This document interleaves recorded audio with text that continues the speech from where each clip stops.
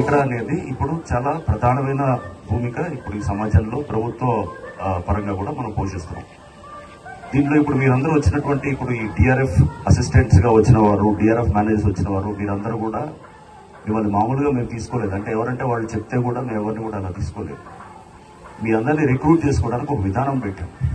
SLPRB అని మీ అందరికీ తెలుసు. మీ అందరు చాలా మంది కానిస్టేబుల్స్ దానికి కూడా అంత అపేర్ అయ్యారు.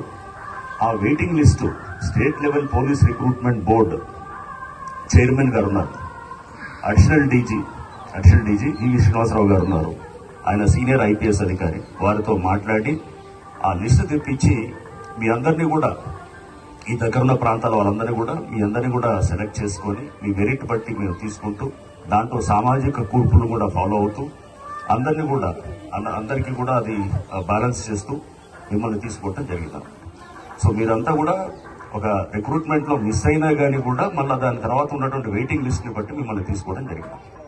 ఎవరైతే కనుక DRF మీరు అసిస్టెంట్స్గా ఉన్న వాళ్ళు కనుక బాగా టాలెంట్ చూపిస్తే కనుక నెక్స్ట్ దానికి కూడా తీసుకెళ్లేదానికి కూడా చేస్తూ ఉన్నాం.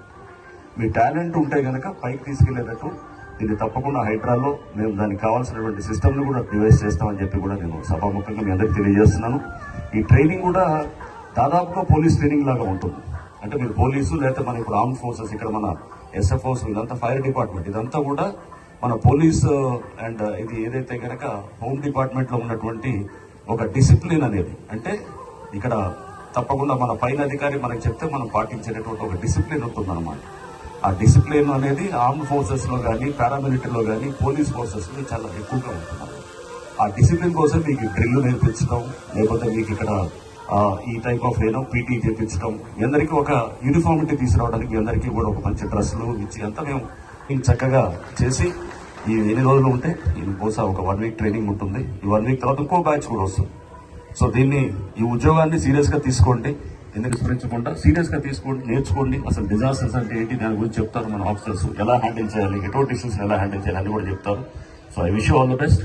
సో మీరందరూ కూడా ట్రైనింగ్ని దిగ్విజయంగా చేసి మా హైడ్రాలో మీ అందరూ కూడా వచ్చి మమ్మల్ని ఇంకా బలోపేతం చేస్తారని చెప్పి కూడా ఆశిస్తూ థ్యాంక్ యూ.